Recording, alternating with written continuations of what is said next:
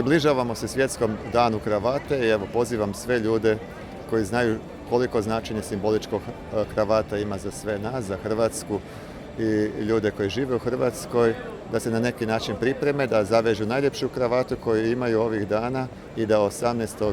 listopada obilježimo taj datum, taj događaj kojim se Hrvatska i Hrvati povezuju sa cijelim svijetom.